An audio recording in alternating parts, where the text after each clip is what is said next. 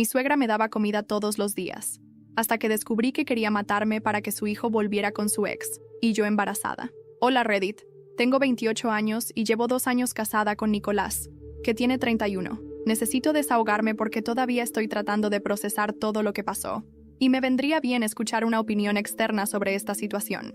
Es una historia larga, así que ténganme paciencia. Desde el principio mi relación con mi suegra, Leticia, 59, fue complicada. Conocí a Nicolás hace 3 años en una fiesta de un amigo en común, y él recién había salido de una ruptura súper tóxica con su ex, Estefanía A.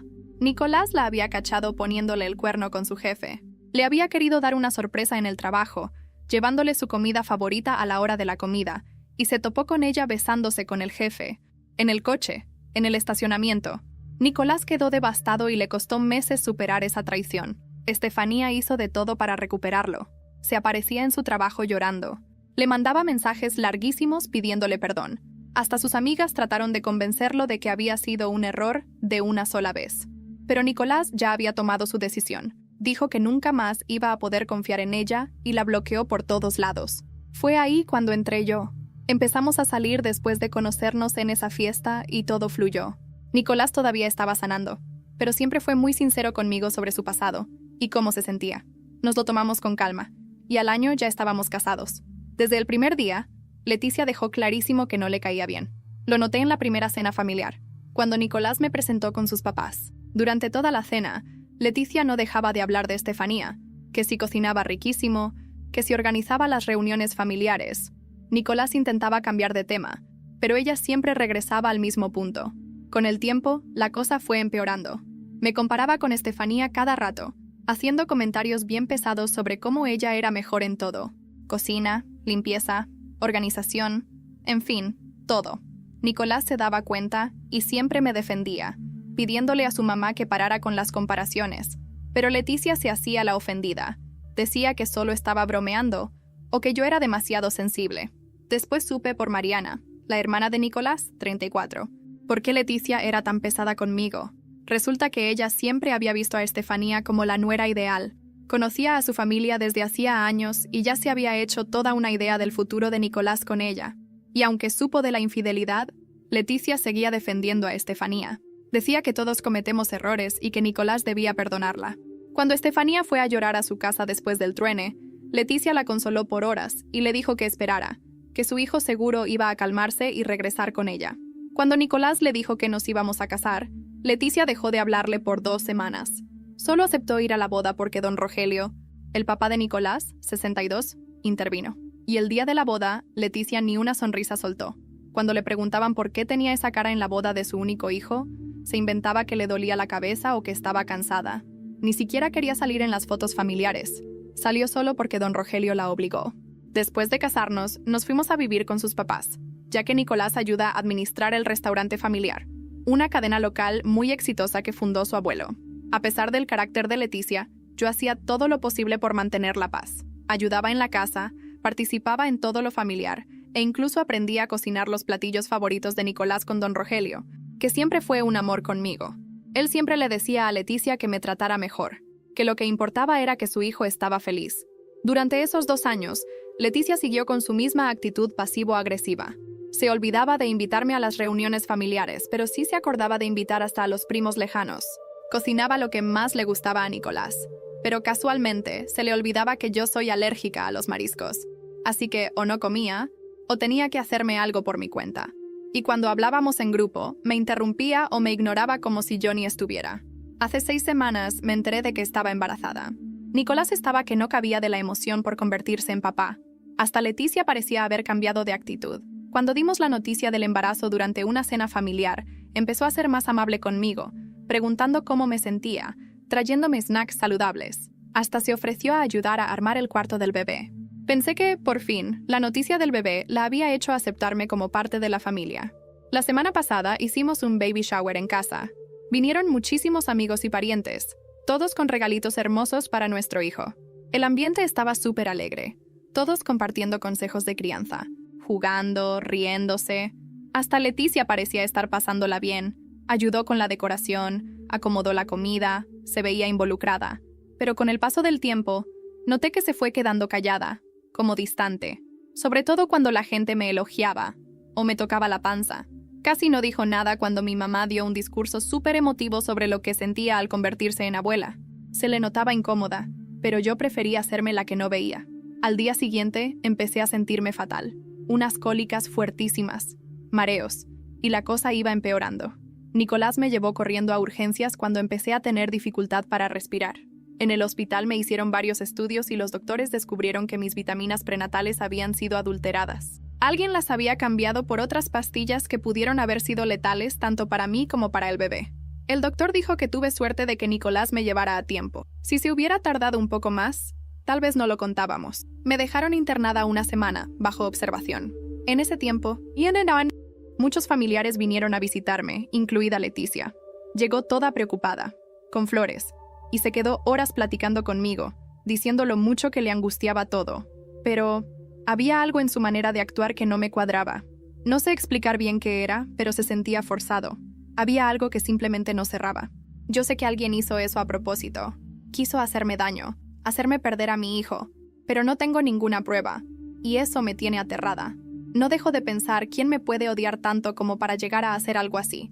Nicolás está furioso. Juró que va a averiguar quién fue el que manipuló mis medicinas. Yo solo quiero enfocarme en proteger a mi bebé. En eso. Pero es difícil cuando ya no sé en quién puedo confiar. ¿Estaré exagerando por desconfiar de todos? ¿Debería tratar de averiguar quién fue o simplemente dejarlo pasar por el bien de la paz familiar? Cuando regresé del hospital, lo primero que sentí fue miedo. Miedo de abrir la puerta de nuestra casa, de entrar a la cocina, de subir las escaleras. Todo me parecía cargado de una tensión invisible, como si cada rincón escondiera una amenaza. Y lo peor era que no podía demostrarlo, porque nadie había dicho en voz alta lo que yo ya empezaba a sentir con todo mi cuerpo, que alguien quería hacerme daño, y que ese alguien vivía bajo el mismo techo que yo. Nicolás me ayudó a subir las escaleras lentamente.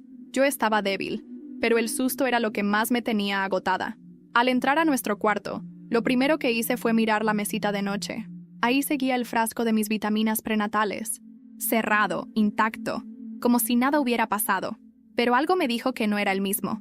Me acerqué con cuidado y, al abrirlo, un olor raro me golpeó la nariz. No era fuerte, pero tampoco era el olor habitual. Tenía un leve aroma químico, como a medicamento rancio. ¿Qué pasa?, preguntó Nicolás al verme tan tensa. Nada, creo que necesito dormir. Esa noche fingí dormir. Nicolás se quedó conmigo, abrazándome por detrás, mientras yo mantenía los ojos abiertos, fijos en el frasco sobre la cómoda. A las 3 de la mañana, cuando escuché que su respiración se volvió más pesada, me levanté con cuidado y escondí las vitaminas en una bolsa con cierre hermético. Luego bajé a la cocina, buscando algo para tomar, y ahí la vi. Leticia estaba en la sala, sentada a oscuras, con las manos entrelazadas sobre las rodillas, mirando hacia la nada. ¿No podías dormir?, preguntó, como si fuera lo más normal del mundo. No, respondí, tratando de sonar casual. Te hice un té, dijo, señalando la cocina. De valeriana, para que descanses. Casi me dio risa, pero también me dio un escalofrío tan fuerte que sentí que el corazón se me iba a salir del pecho. Caminé hacia la cocina y vi la taza servida. Estaba caliente. ¿Desde cuándo me lo había preparado? Gracias, dije, y la llevé conmigo. Dije, y subí las escaleras con la taza en la mano, pero al llegar al cuarto, la tiré entera por el baño. Me temblaban las manos. A la mañana siguiente, me levanté decidida a buscar respuestas, pero no podía hacerlo sola. No esta vez. Llamé a Mariana. Necesito hablar contigo, pero a solas. No en esta casa. Nos vimos en una cafetería cerca del centro comercial.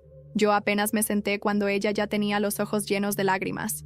Sabía que esto iba a pasar. Susurró. ¿Qué cosa, Mariana? Mi mamá tiene esta obsesión enferma con Estefanía. Siempre la vio como la esposa perfecta para mi hermano. ¿Sabes? Una vez cuando Nicolás y tú ya estaban casados, la escuché decir que tú te ibas a ir tarde o temprano, que eras una fase, y que Estefanía solo tenía que esperar.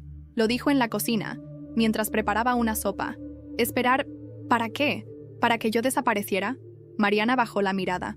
No lo dijo así, pero una vez mencionó algo de accidentes. Dijo que a veces las cosas se acomodan solas, que hay maneras discretas de corregir errores. Sentí un frío recorriéndome la columna. Me costaba respirar. ¿Tú crees que ella...? Yo creo que deberías tener mucho cuidado, respondió sin rodeos. Yo la quiero. Es mi mamá, pero también la he visto hacer cosas que me dan miedo. No confíes en ella. Por favor. Volví a casa temblando, con la bolsa de las vitaminas apretada en el puño. Ya no era una sospecha. Era casi una certeza. Esa noche, mientras fingía dormir otra vez, escuché pasos en el pasillo. Luego, la puerta se abrió suavemente. No me moví. Sentí que alguien se acercaba, que rondaba a mi lado de la cama. Y entonces escuché una voz muy bajita, casi un susurro. Todo estaría más fácil si no estuvieras aquí. Contuve la respiración. No supe si fue real. No supe si lo soñé. Pero al día siguiente, al revisar la cámara del cuarto del bebé, encontré algo que me heló la sangre. Una figura entrando en nuestro cuarto a las 3:37 de la madrugada, caminando con calma hacia mi lado de la cama, y quedándose ahí, de pie, durante varios minutos. Leticia. No dormí nada esa noche. Me quedé sentada en el borde de la cama viendo una y otra vez el video de la cámara del cuarto del bebé. La imagen no era nítida, pero sí suficiente para reconocer la silueta. Esa manera tan particular que tiene Leticia de caminar, con las manos cruzadas en la espalda, como si estuviera revisando algo que le pertenece. Verla tan cerca, en la oscuridad, frente a mí mientras dormía, fue como mirar el rostro del mío. No sabía qué hacer con eso. Mostrarle a Nicolás era una opción, pero ¿y si pensaba que estaba exagerando?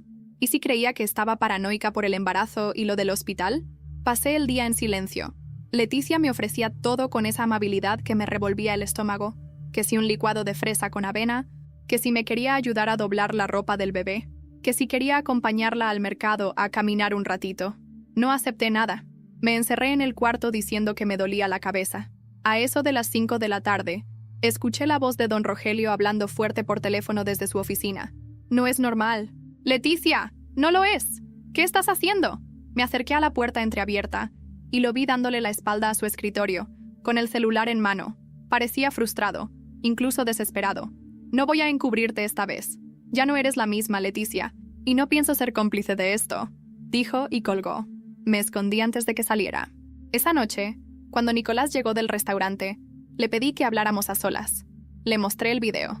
¿Y esto desde cuándo lo tenías?, me preguntó, con los ojos clavados en la pantalla. Desde anoche. No quería decirte nada hasta estar segura de lo que vi. Nicolás se quedó en silencio. Le dio al play al video una y otra vez. Fruncía el ceño. Luego cerró los ojos y se pasó las manos por la cara. No puedo creerlo, dijo sin mirarme. Tampoco puedo, pero está ahí, Nico. Estuvo ahí, frente a mí, mientras dormía. ¿Qué hacía a esa hora en nuestro cuarto?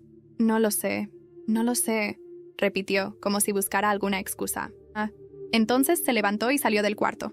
Lo seguí. Lo vimos caminar directo al despacho de su papá. ¿Tú sabías algo?, le preguntó sin filtro. Don Rogelio levantó la vista lentamente. Miró a Nicolás, luego a mí, y suspiró. Tu mamá no está bien, hijo. ¿Qué significa eso? Hace meses que noto cosas raras. Comentarios, actitudes. Una vez le dije que tuviera cuidado con sus bromas porque algunas eran crueles. Me respondió que todo se justifica por amor. La última vez que Estefanía vino a la casa, fue ella quien la invitó. Me enteré por Mariana. Mi corazón se encogió. ¿Estefanía había vuelto? ¿Qué? Nicolás se quedó en shock. Sí, confirmó don Rogelio.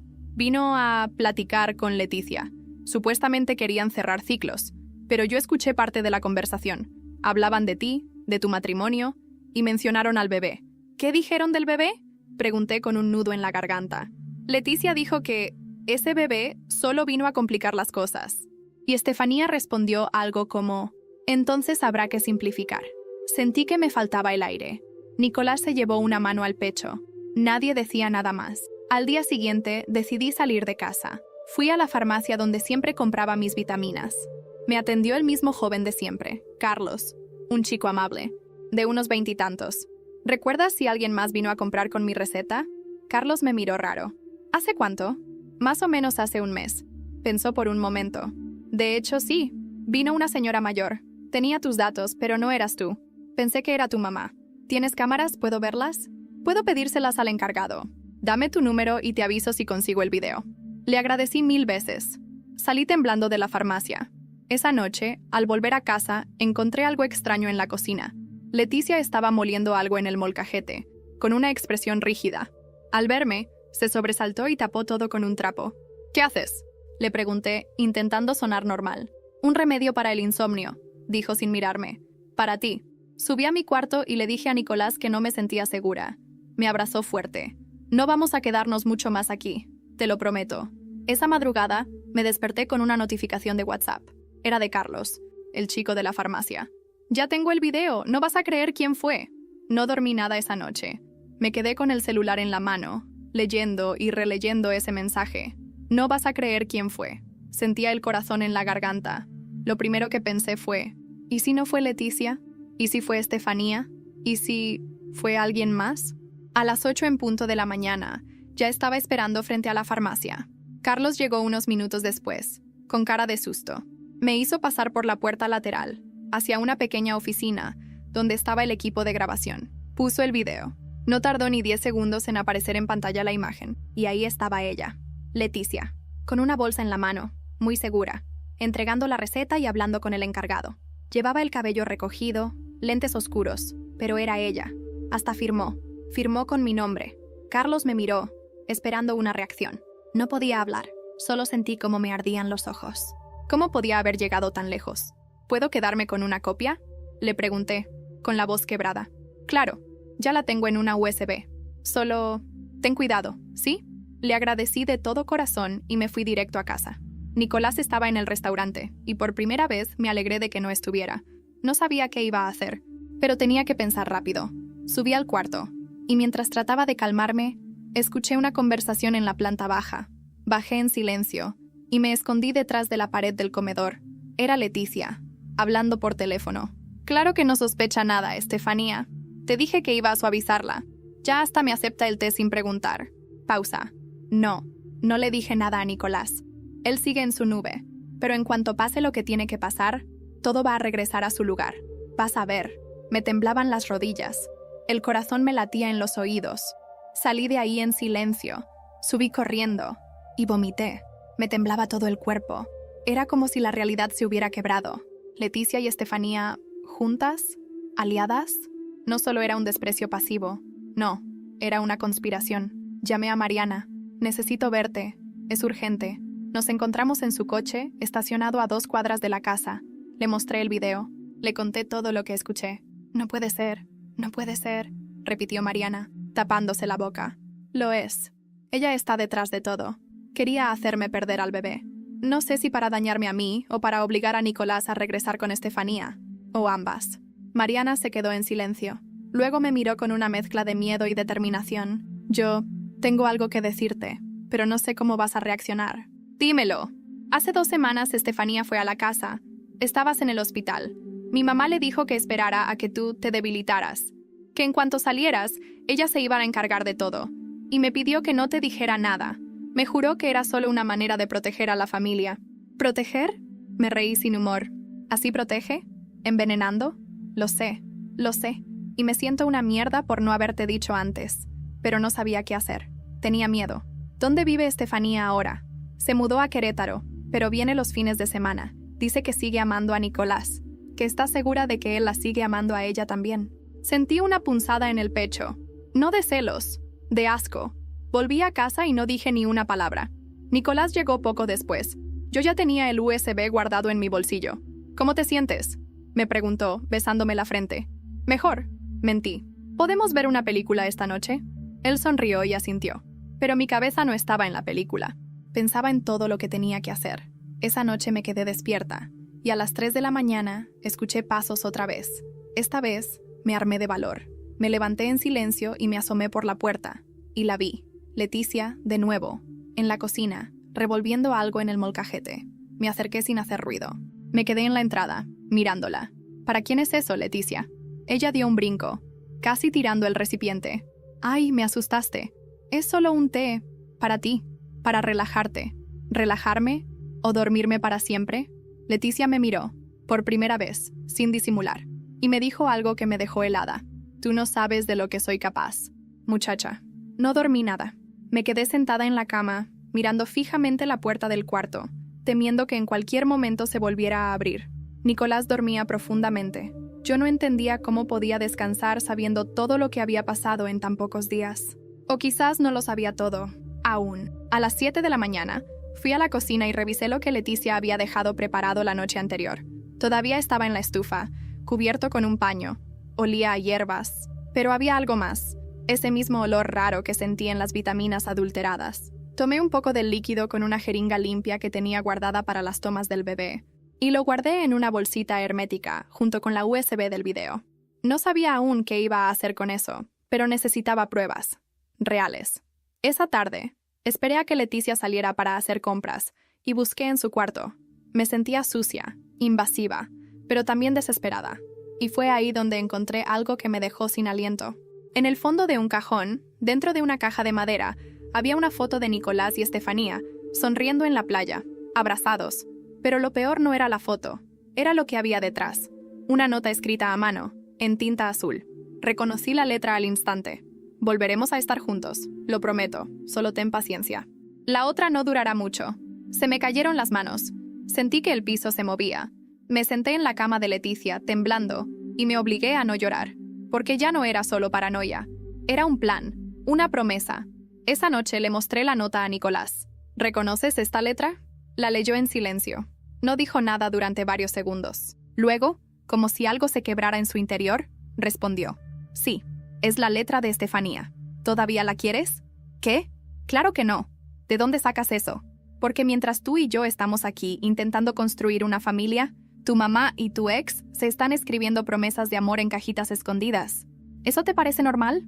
No, respondió con la mandíbula apretada. No me parece normal, y te juro por mi vida que no tengo nada que ver con eso. Entonces demuéstramelo. Nicolás me miró con una mezcla de rabia y dolor. Luego asintió. Mañana hablo con mi mamá. Le voy a exigir respuestas, y si no me las da, nos vamos de esta casa. Te lo prometo. Pero esa conversación no pudo esperar, porque esa misma noche, mientras estábamos en la sala, Leticia bajó las escaleras vestida como si fuera a salir. Llevaba maquillaje, el pelo suelto, tacones. Algo raro para ella a esas horas. ¿A dónde vas?, preguntó Nicolás. A cenar con unas amigas, respondió sin mirarnos. ¿Con Estefanía? Ella se detuvo. La tensión llenó la sala. ¿Qué clase de pregunta es esa? ¿Qué clase de madre es la que conspira con la ex de su hijo para envenenar a su esposa embarazada? Leticia se giró lentamente. Nos miró con frialdad. Luego sonrió. No tienes idea de lo que estás diciendo. Tengo pruebas. Yo intervine, alzando la voz. Tengo un video tuyo en la farmacia, usando mi nombre. Tengo grabaciones. Tengo tu remedio casero guardado, y ya lo llevé a analizar. Ella palideció. Tú no entiendes nada, niña. No sabes lo que es ver cómo tu hijo arruina su vida con alguien que no lo merece. No lo merece según tú, gritó Nicolás. Pero yo sí la elegí. Yo. Y no te voy a permitir que sigas pisoteándola. Leticia soltó la bolsa que llevaba. Su mirada se llenó de rabia. Tú eras diferente antes de que ella llegara. No sabes lo que te hizo cambiar. Lo que me hizo fue ser feliz. El silencio se apoderó de la sala. Leticia nos miró, respirando agitada. Luego giró sobre sus talones y subió a su habitación, golpeando la puerta con fuerza. Esa noche, Nicolás no pegó el ojo. Yo tampoco. A la mañana siguiente, Mariana nos despertó tocando la puerta desesperadamente. ¡Levántense! ¡Tienen que ver esto! Corrimos escaleras abajo. Leticia no estaba en su cuarto. Sobre la cama había una carta. Me voy por un tiempo. No puedo vivir bajo este techo sintiéndome traicionada por mi propia sangre. Cuando regresen las cosas a la normalidad, volveré. Mientras tanto, piensen bien quién es el verdadero problema aquí. Y al lado, una copia de nuestra llave de la casa. No puedo explicar lo que sentí al leer esa carta. Era como si Leticia nos estuviera advirtiendo o amenazando. Esa última frase me retumbaba en la cabeza. Piensen bien quién es el verdadero problema aquí. ¿Quién escribe algo así si no tiene la conciencia sucia? Mariana se quedó con nosotros todo ese día. Estaba nerviosa, caminando de un lado a otro. No contesta el celular, decía. Intenté llamarla 5 veces. Quizás solo está tratando de manipularnos, dije, aunque en el fondo sabía que era más que eso. Nicolás no decía nada. Se encerró en su despacho, revisando papeles del restaurante, pero su mente claramente estaba en otra parte. Yo aproveché para llevar el frasco con el líquido que Leticia había preparado a un laboratorio clínico. Una amiga mía de la universidad trabajaba ahí y me hizo el favor de recibir la muestra sin preguntas. ¿Puedo saber qué estás buscando?, preguntó, mientras etiquetaba el frasquito. Cualquier cosa que no debería estar en un té para una mujer embarazada. Entiendo. Te aviso cuando tenga los resultados. Volví a casa agotada. No solo físicamente, también emocionalmente. Mi cuerpo cargaba un bebé, pero mi mente estaba atrapada en una pesadilla constante. No sabía si quería llorar, gritar o salir corriendo y no volver más. Esa noche, Nicolás me abrazó en la cama como si tuviera miedo de que me escapara. Me acariciaba el vientre con una delicadeza que me rompía el alma. ¿Tú crees que nuestra hija pueda sentir todo esto?, preguntó. Sí, y me duele tanto. Nos quedamos en silencio. Escuché cómo su respiración se volvía más pesada. Se quedó dormido. Al día siguiente, sonó mi celular. Era la doctora del laboratorio. Ya tengo los resultados, dijo. Lo que encontré no es ilegal, pero tampoco debería estar en lo que tú me dijiste que era un té para embarazadas. ¿Qué era? Una mezcla de hierbas que provocan contracciones uterinas suaves. En dosis altas, podrían inducir un aborto espontáneo. Me quedé muda. ¿Te das cuenta de lo que estás diciendo? Sí, respondió con seriedad. Si te lo hubieras tomado de manera regular, con tu historial médico y tu etapa del embarazo, habrías tenido un altísimo riesgo de pérdida. Colgué y me quedé ahí, sentada en el borde de la cama. Me sentía vacía. Ya no era una teoría. No era paranoia. Era un intento directo de hacerme perder a mi hija. Cuando se lo conté a Nicolás, se derrumbó. No sabía si gritar, llorar o salir corriendo a buscar a su madre. Caminaba en círculos por la sala, apretando los puños. No lo entiendo. ¿Cómo pudo hacerte esto? ¿A ti? ¿A su propia nieta? Porque nunca pensó en ella como su nieta, solo como un obstáculo. Pasamos el resto del día en silencio. Mariana nos ayudó a empacar algunas cosas. Decidimos que era momento de salir de esa casa. Ya no se trataba de orgullo ni de conflictos familiares. Era una cuestión de seguridad. Mía, de mi hija, de nuestra familia. Nos fuimos a un pequeño departamento que tenía Nicolás cerca del restaurante, donde vivía antes de casarse. No era grande, pero era nuestro. Cerramos la puerta y por primera vez en mucho tiempo respiramos sin miedo. Pensé que con eso todo terminaría. Pero no. 2 días después, recibí una notificación en mi celular. Alguien había dejado un paquete en la recepción del restaurante. Lo habían etiquetado con mi nombre. Cuando Nicolás lo recogió y lo abrió, encontró dentro un osito de peluche, idéntico al que había en el cuarto del bebé en casa de sus padres, y una nota escrita en papel rosa, con una sola frase: ese bebé no va a nacer. El miedo que sentí al leer esa nota no se compara con nada que haya experimentado antes. Me quedé paralizada, mirando el osito de peluche entre mis manos, como si fuera una bomba a punto de explotar. Nicolás lo tomó y lo lanzó contra la pared con tanta fuerza que casi rompió el espejo del pasillo. ¡Ya basta!, gritó con los ojos enrojecidos de rabia. ¡Esto se acabó! ¡No voy a permitir que siga amenazándote! ¡No más! Traté de calmarlo, pero yo misma estaba a punto de colapsar. Ese mensaje no era una advertencia, era una declaración de guerra. Alguien, Leticia o Estefanía, había cruzado una línea irreversible. Nicolás llamó a don Rogelio esa misma noche. Le pidió que fuera al departamento. Cuando llegó, lo noté distinto. Tenía la cara cansada, las ojeras marcadas. Se sentó en el sillón sin decir nada al principio. Luego habló con la voz baja. Yo sabía que algo así podía pasar, pero nunca imaginé que Leticia llegaría tan lejos. ¿Sabes dónde está?, preguntó Nicolás con los dientes apretados. No exactamente. Me llamó hace 2 noches. Solo dijo que todo estaba en marcha, que si tú no abrías los ojos pronto, lo haría a la fuerza. ¿Y tú no hiciste nada? Don Rogelio bajó la mirada. Por primera vez vi culpa en sus ojos. Estoy viejo, hijo. Me he pasado años tratando de mantener la paz, y esa cobardía me hizo ciego. ¿Estás seguro de que Estefanía está involucrada? Sí, y no solo eso. Hizo una pausa, como si dudara en seguir. Encontré en el escritorio de tu madre una carpeta, llena de fotos. De ustedes 2, de Mariana, de la casa, hasta de esta dirección. Y notas, fechas, conversaciones escritas a mano, como si estuviera planeando todo desde hace meses. Sentí una punzada en el estómago. No por el embarazo, sino por el terror. Eso es acoso, dije, tratando de mantenerme firme. Necesitamos denunciar. Lo sé, pero necesitamos pruebas más contundentes, respondió Nicolás.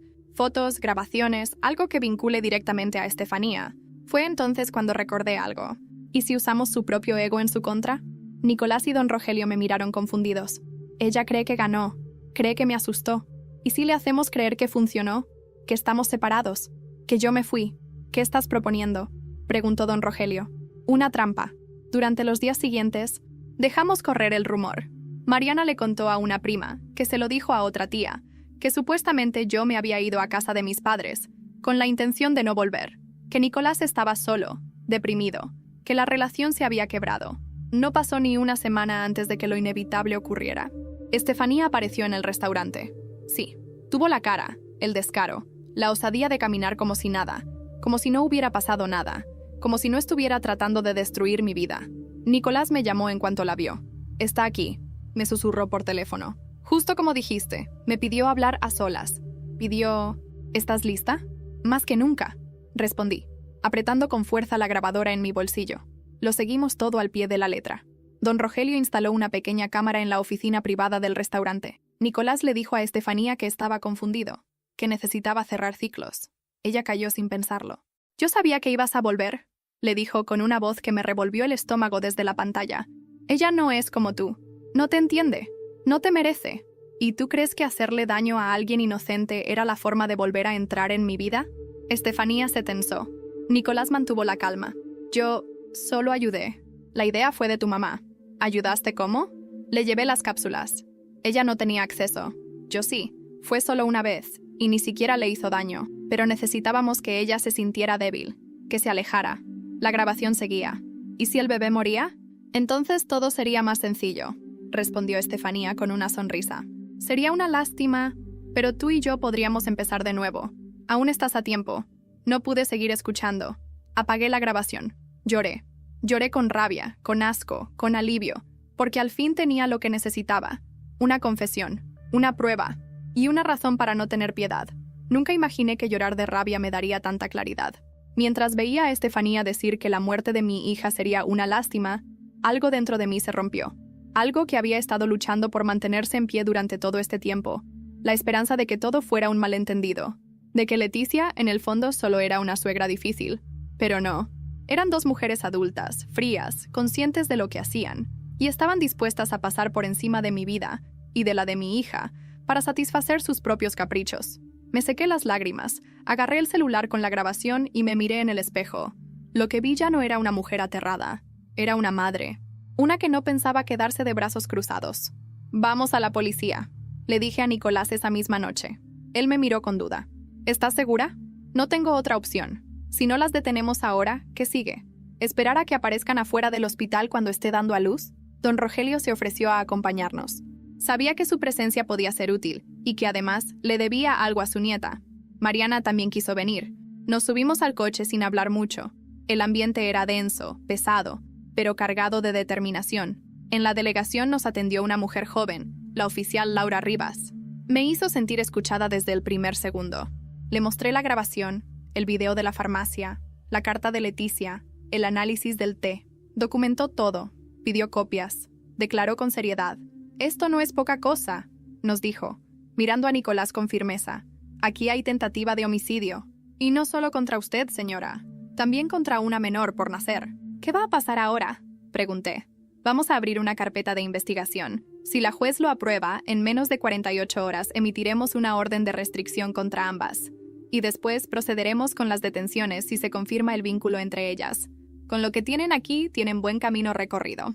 Salimos de ahí con los nervios de punta, pero con la sensación de que por fin algo se estaba moviendo en la dirección correcta. Pero no pasó ni un día antes de que Leticia se enterara.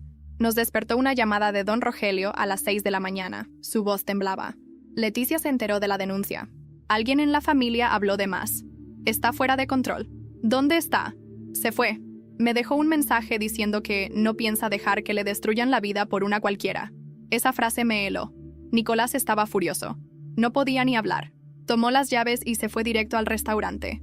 Me rogó que no saliera de casa, que me quedara con Mariana. Pasaron unas horas.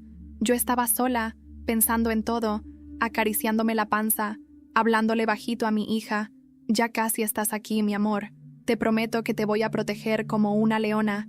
Nadie va a volver a hacernos daño». Entonces sonó el timbre. Me asomé por la mirilla, y ahí estaba.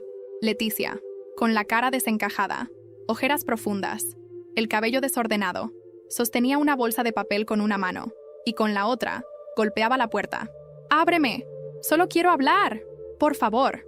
No contesté. Mi corazón latía como loco. Tomé el celular y marqué directo a la oficial Rivas. «Está aquí, afuera, en la puerta de mi casa. No la enfrente, vamos para allá». Leticia seguía gritando. «Tú me quitaste a mi hijo. Tú me robaste todo. No eres nada. Eres una cualquiera. Ese bebé es una maldición». Mariana ya había llamado a Nicolás. Él estaba en camino, pero yo seguía ahí, paralizada, hasta que la escuché decir algo que me sacudió por dentro. «No tienes idea de lo que soy capaz si me quitan a mi familia». Fue entonces cuando escuché la sirena. 2 patrullas llegaron. Leticia retrocedió, confundida. Intentó correr, pero fue detenida por los oficiales. «Esto es un error. Ella me está envenenando a todos. Yo soy la víctima», gritaba mientras la esposaban. Me asomé por la ventana. Me temblaban las piernas. Y ahí estaba, Leticia, gritando, descompuesta, sacada de sí, mientras la metían en la patrulla.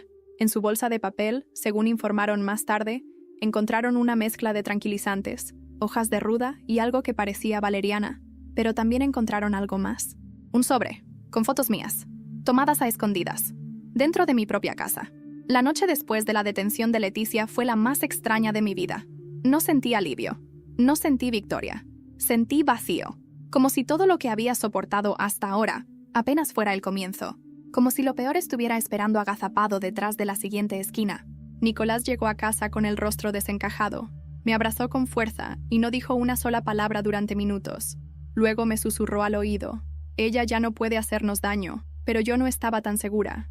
Más tarde, recibimos una llamada de la oficial Rivas. Nos pidió que fuéramos a la delegación al día siguiente. Había algo más que necesitábamos ver. Mariana se quedó con nosotros esa noche. Dormí mal, con sobresaltos. Soñé que Leticia volvía a entrar a nuestro cuarto mientras dormíamos, que sostenía a mi bebé en brazos y decía, «Ahora es mía». Me desperté empapada en sudor. A la mañana siguiente fuimos a la delegación. Nos recibieron en una sala de archivo, pequeña y sin ventanas. La oficial Rivas colocó sobre la mesa una carpeta negra. «Esto fue lo que encontramos en la bolsa que traía Leticia», dijo abriéndola. «Fotografías, documentos y algo que creemos que ustedes deberían leer». Entre las cosas había varias fotos mías, saliendo de la clínica, en el mercado, en el balcón del departamento, claramente tomadas a escondidas, algunas desde el mismo edificio, otras desde un auto, pero lo que nos congeló a los dos fue una carta escrita por Estefanía. No estaba dirigida a Nicolás, estaba dirigida a Leticia. «Querida Leti, gracias por todo lo que estás haciendo. Sé que no es fácil, sé que estás arriesgando mucho, pero lo estás haciendo por el bien de tu hijo. Él no ve con claridad ahora, pero pronto entenderá. No soporto verla con su panza falsa, manipulándolo todo. Nicolás era distinto antes. La culpa es de ella. Pero cuando esto termine, te prometo que lo voy a cuidar, que voy a reconstruir lo que nos arrebataron. Te quiero como a una madre». Me quedé muda. Nicolás agarró la hoja con las manos temblorosas. ¿Panza falsa? Sí, dije, sin entender del todo. Está diciendo que mi embarazo es una mentira, que inventé todo. ¿Estás viendo lo mismo que yo?, intervino la oficial. Esto no es solo un complot, es delirio compartido, manipulación emocional profunda. Tu mamá realmente creía que esta mujer era su hija. ¿Y dónde está Estefanía ahora?, pregunté, ya con la voz completamente ida. Aún no hemos podido localizarla, pero la estamos buscando. Esto que tenemos aquí es suficiente para abrir una nueva orden de investigación contra ella. Salimos de ahí en silencio. Esa noche me encerré en el baño del departamento. Me miré en el espejo. Me toqué la barriga. Estás aquí. Estás viva. No es falsa. Tú existes. Y nadie te va a arrebatar de mí, susurré. Pero la calma duró poco. A las 3 de la mañana sonó el celular de Nicolás. Era un número desconocido. Respondió. Yo estaba a su lado. Escuché su respiración agitarse de inmediato. ¿Qué pasa?, le pregunté. Apenas colgó. Fue la oficial Rivas. Encontraron una cámara en la sala de la casa de mis papás. ¿Una cámara? Instalada detrás del reloj de pared, oculta, grabando todo. ¿Y qué grabó? Eso es lo peor, dijo, con voz hueca. Grabó a Estefanía, estando ahí, después de que tú estabas internada, revisando tu ropa, tus cosas, hablando sola, diciendo que todo era cuestión de tiempo. Tuve que sentarme. ¿Tú crees que ella entró mientras yo estaba en el hospital? Sí, y parece que tenía una copia de las llaves, pero no está claro si la hizo sola o si mi mamá se la dio. Mis manos se cerraron en puños. ¿Y entonces? ¿Qué sigue? La policía la está buscando, pero hay más. ¿Más? La cámara grabó algo más. Algo que no puedo dejar de pensar. Dime, por favor.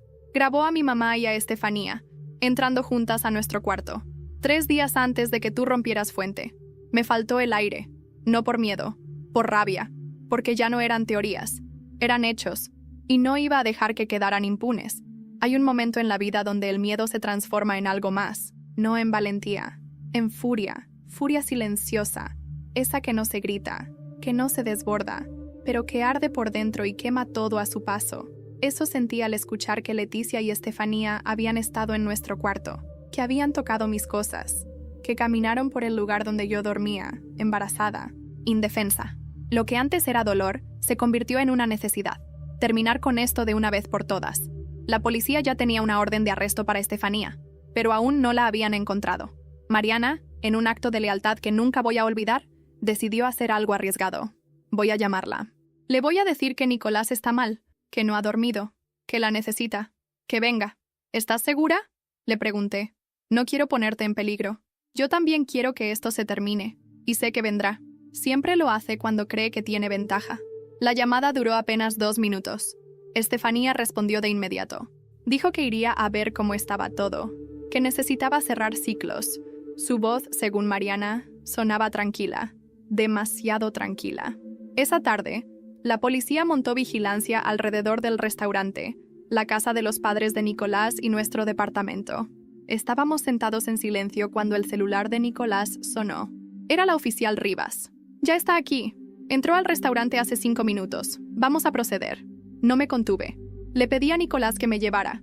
Quería verla, no porque necesitara enfrentarla, sino porque necesitaba confirmar que todo esto había sido real, que la pesadilla tenía rostro y voz. Cuando llegamos, Estefanía estaba sentada en la oficina privada del restaurante.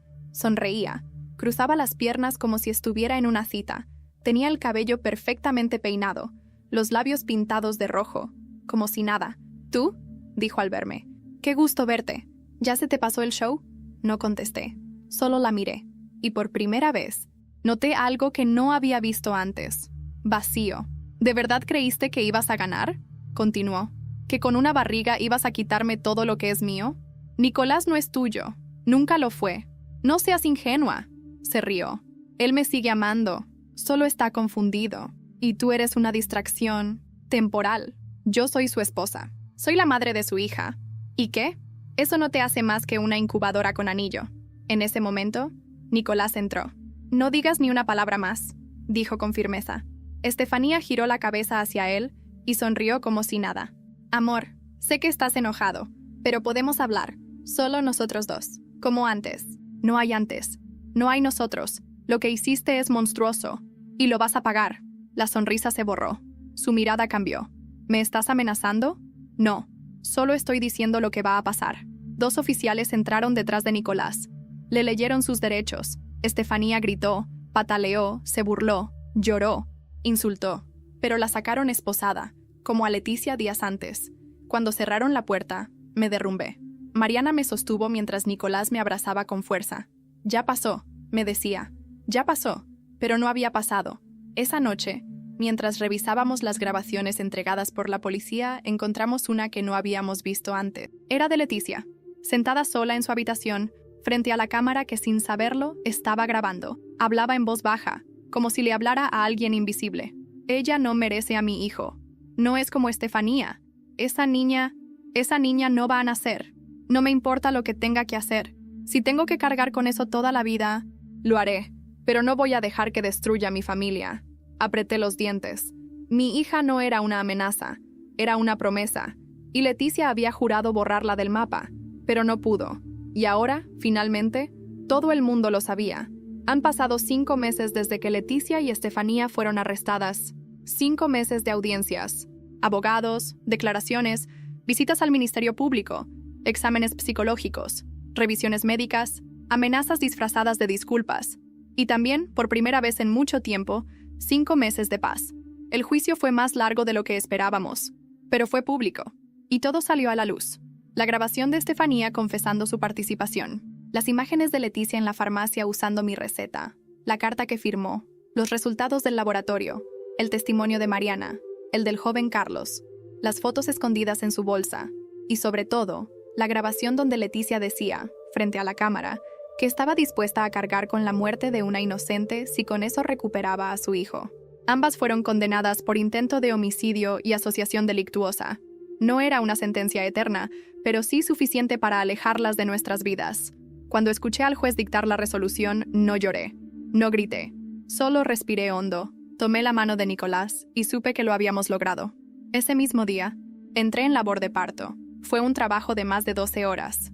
Difícil, doloroso, pero cuando escuché el llanto de mi hija por primera vez, sentí que todo valía la pena. Todo. La llamamos Valeria. Su piel es clarita, su cabello es oscuro y abundante, igualito al de Nicolás cuando era bebé, según Mariana. Sus ojos, sin embargo, son míos, grandes, curiosos, firmes, como si desde que nació supiera que ya venció muchas cosas antes de respirar por primera vez. El día que salimos del hospital, Nicolás me abrazó y me dijo, ella es la verdadera heredera, no del restaurante ni de la familia, de la dignidad, de tu fuerza, de tu historia. Sonreí. No dije nada, solo la abracé fuerte. Mariana se mudó cerca de nosotros. Está estudiando psicología, inspirada por todo lo que vivimos. Dice que quiere ayudar a mujeres que, como yo, alguna vez se sintieron solas, confundidas o manipuladas por alguien cercano. Don Rogelio renunció a la dirección del restaurante. Ahora se dedica a cuidar de su nieta los fines de semana. Dice que nunca imaginó que la vida le diera una segunda oportunidad con la familia, y se disculpó conmigo, de corazón. Dijo que no supo ver el monstruo que crecía al lado suyo. A Leticia no la volví a ver. Estefanía tampoco. Ambas intentaron apelar. Fracasaron. Lo último que supe es que Leticia no permite visitas, y Estefanía pasa la mayoría del tiempo aislada, alegando que la traicionaron todos. Yo no las odio. No tengo tiempo para eso. Tengo una hija que cuidar, una familia que construir y una vida entera que por fin es mía. Hoy, mientras acuesto a Valeria en su cuna, la miro dormir con esa paz que yo tardé años en encontrar. Me acerco, le acaricio la frente y le digo en voz baja, nunca vas a tener que pelear por tu lugar, hija. Yo ya lo peleé por ti. Apago la luz del cuarto y cierro la puerta con suavidad, y mientras camino por el pasillo, con la casa en silencio, con la respiración tranquila y los pies descalzos sobre el piso frío, solo pienso una cosa. Ahora soy yo quien decide quién entra a mi vida, y quien se atreva a hacerle daño a mi hija, va a tener que enfrentar a alguien que ya no teme a nada.